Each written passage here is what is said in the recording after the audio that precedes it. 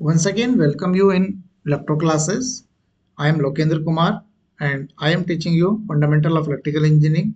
In last lecture, we will discuss about the phasor diagram of transformer at no load condition and load condition. And we discuss about the ideal and practical condition both. So we have some numerical based on the phasor diagram. So first problem is this. Problem 1, a single phase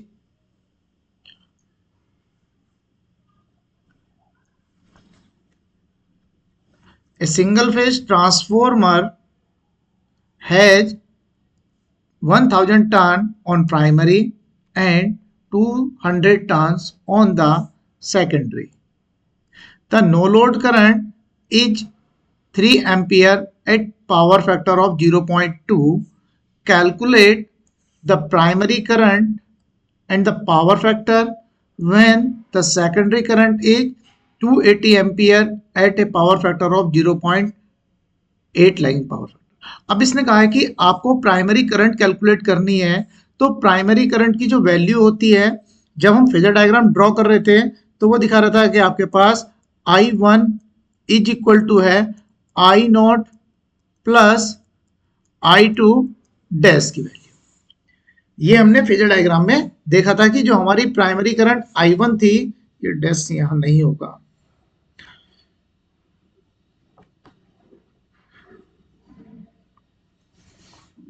जो I1 की value होगी that is I not plus I2 dash होगा।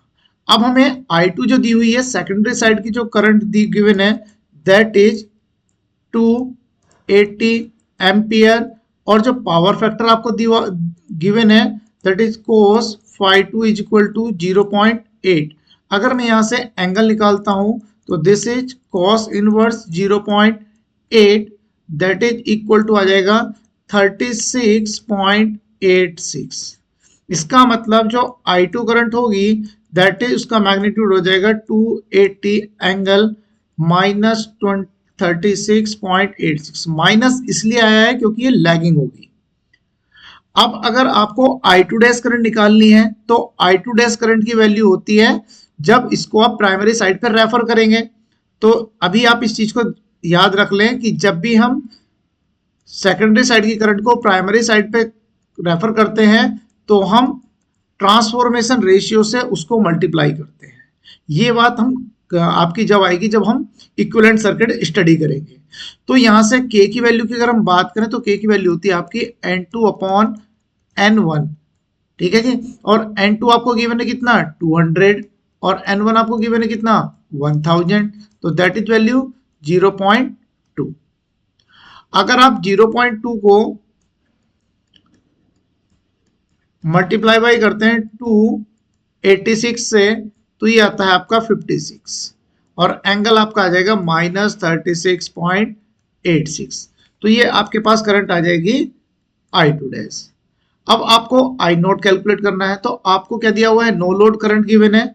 यहां देखिए आप I note given है कितनी 3 ampere और पावर फैक्टर आपको गिवन है cos phi not 0.2।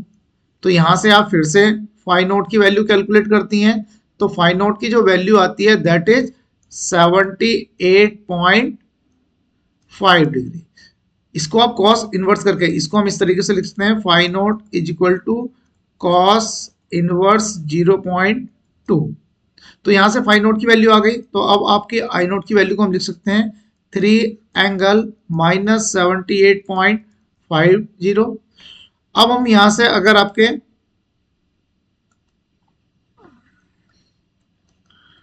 Primary current को कैलकुलेट करते हैं तो I1 की वैल्यू आ जाएगी I note plus I2 dash.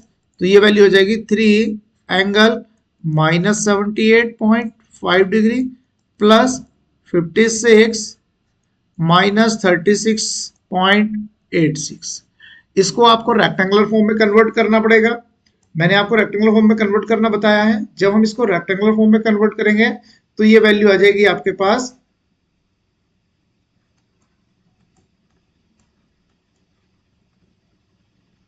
0.20 minus j 0.98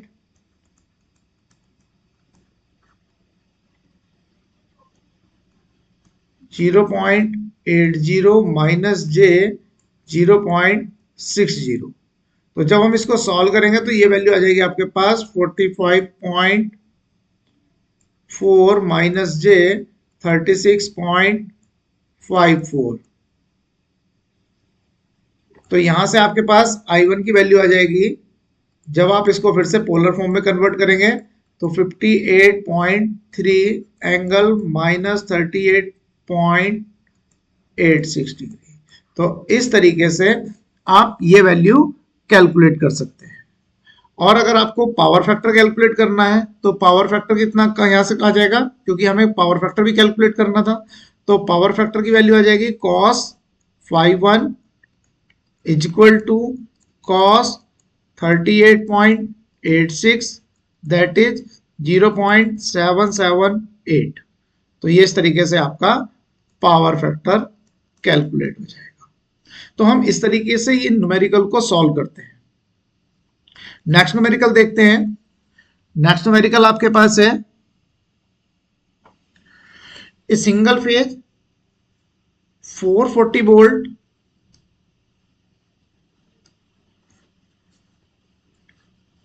110 volt transformer takes no load current of 4 ampere at 0.2 power factor. If the secondary supply a current of 100 ampere at power factor of 0.8, determine the current taken by the primary. Similar question है जैसे हमने पहले किया था, तो हम calculate कर लेते हैं।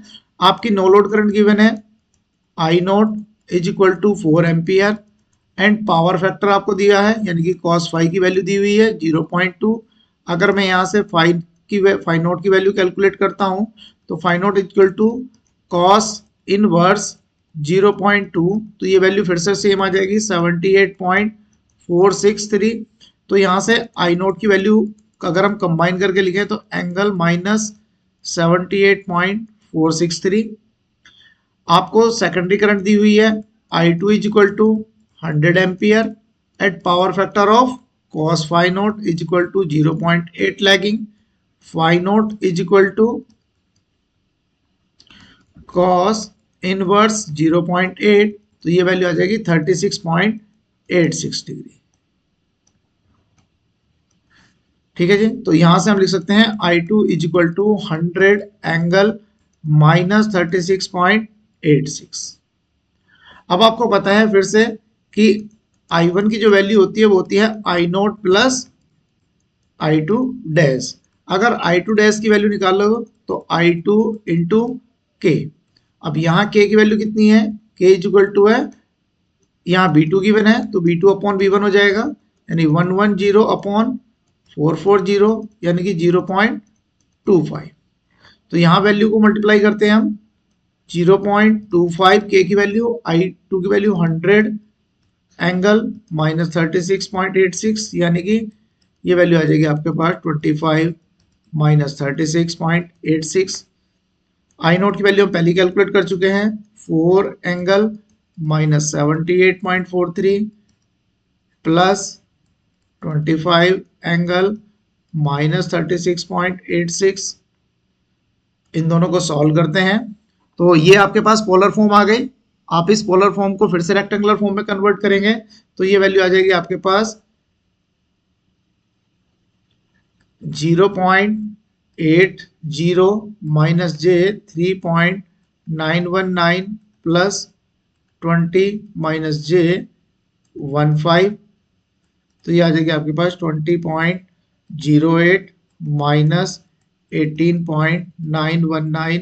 इसको आप फिर से पोलर फॉर्म में कन्वर्ट करेंगे तो ये आ जाएगी आपके पास 28.117 angle minus 42.28। This is the primary current जो आपको पहले पार्ट में कैलकुलेट करनी थी। इसके बाद आपको कैलकुलेट करना है magnetising reactance and resistance representing the core loss. तो जब आप ये कैलकुलेट करेंगे तो इससे पहले आपको, क्योंकि आप एक्सएम कैलकुलेट करेंगे तो एक्सएम की वैल्यू होती है V1 अपॉन IM और RC की वैल्यू होती है V1 अपॉन IC। तो आपको IC और IM की वैल्यू चाहिए तो IC होता है आपका I naught cos phi naught and IM is equal to I naught sine phi. ये आपके फॉर्मूले हैं। तो I नॉट की वैल्यू हमारे पास कितनी थी 4, पावर फैक्टर आपको गिवन था 2, तो ये आ जाएगा 0.8 ampere. I naught 4 under root sine की वैल्यू हो जाएगी 1 minus cos square five that is equal to 4 into under root 1 minus 0.2 का स्क्वायर। तो ये वैल्यू सॉल्व करने के बाद आ जाएगी 3.919। तो आपने IC और IM कैलकुलेट कर लिया। इसके बाद आप कैलकुलेट कर सकते हैं क्या RC। तो RC की वैल्यू हो जाएगी V1 अपॉन IC। तो V1 की वैल्यू है आपके पास 440, IC की वैल्यू है 0.8, तो ये वैल्यू आ जाएगी आपके पास 550 and XM is equal to V1 upon IM।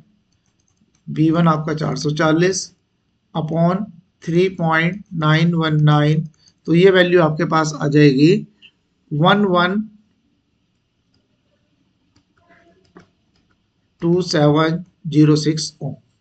तो इस तरीके से हम इन न्यूमेरिकल्स को सॉल्व करते हैं और ये आपके पेपर में पूछे जा सकते हैं। नेक्स्ट न्यूमेरिकल्स है आपके पास a 100 kVA 2400/240 volt single phase transformer has exciting current का मतलब है no load current and a core loss 700 when it is high voltage side is energized at a rated voltage and frequency, calculate the component of no load current and no load branch। तो आपको IC calculate करना है जिसकी value होती है I naught cos phi naught and IM calculate करना है जिसकी वैल्यू होती है I नॉट साइन फाई। आपको I नॉट की वैल्यू गिवन है 0.64। आपको पावर फैक्टर नहीं गिवन है तो हमें पता है P इज इक्वल टू होता है V1 I naught cos phi naught.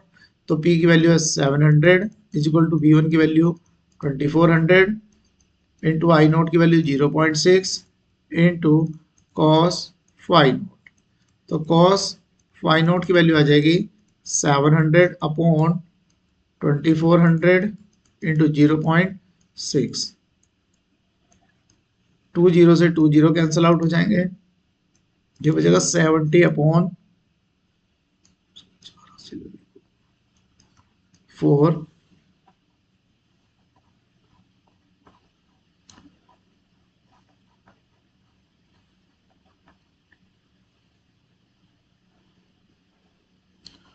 तो इसकी वैल्यू हम कैलकुलेट कर सकते हैं 70 अपॉन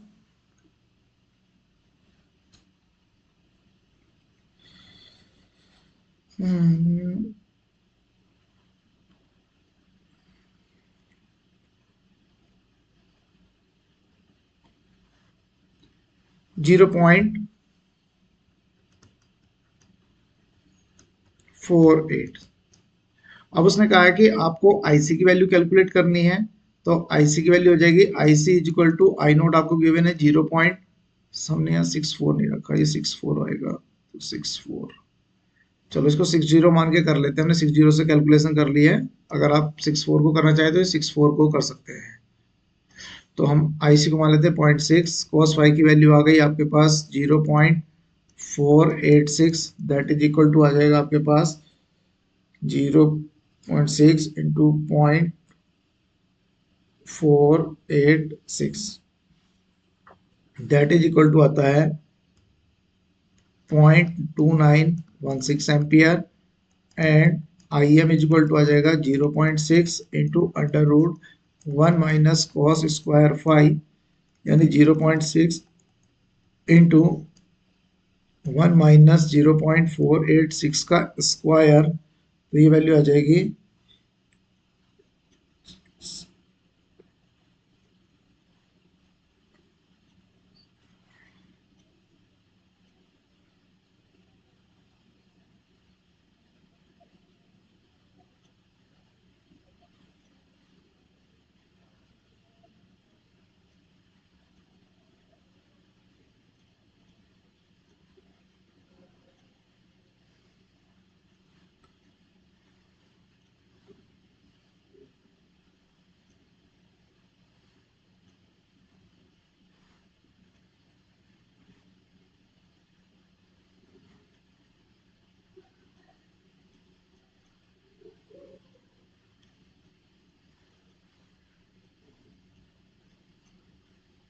तो ये आ जाता है आपका 0.83 मल्टीप्लाई बाई 0.6